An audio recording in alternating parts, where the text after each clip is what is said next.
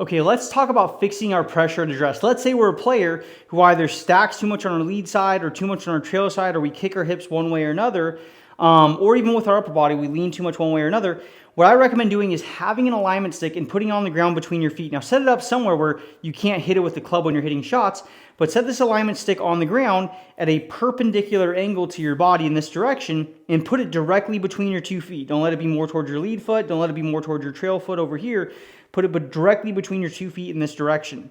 Now, when you set up to the golf ball, which the golf ball is probably going to be forward of this, but when you set up to the golf ball, check where your hips are. Check if your zipper and your belt buckle and your belly button are getting directly on top of this stick, or if they're forward or back of it. From there, you can say, okay, let me adjust my hips where I need to get my hips back to center.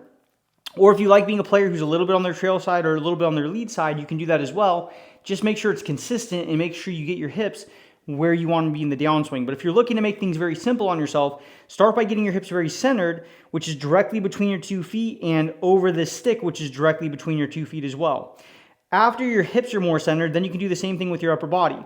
Make sure you're not leaning forward, make sure you're not leaning back. Make sure if you dangled this club from your nose, it's getting directly over the stick in this direction to make sure your upper body is getting centered as well.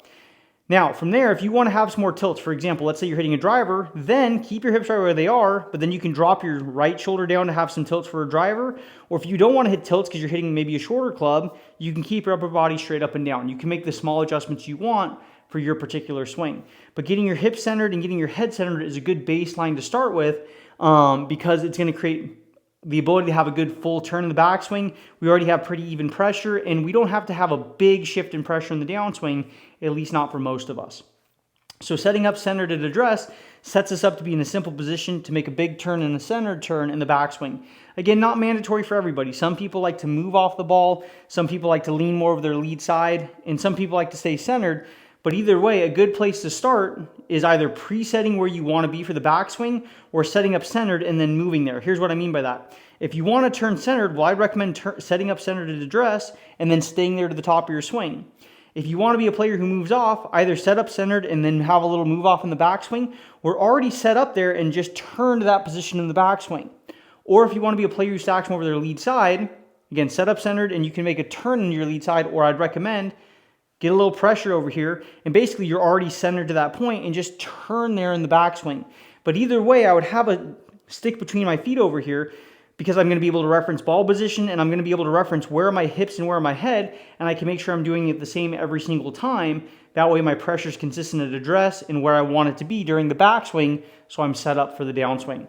So have an alignment stick on the ground. Make sure it's at a perpendicular angle. Then you can reference how far forward or back your ball position is. You can reference how far forward, back, or centered your body is.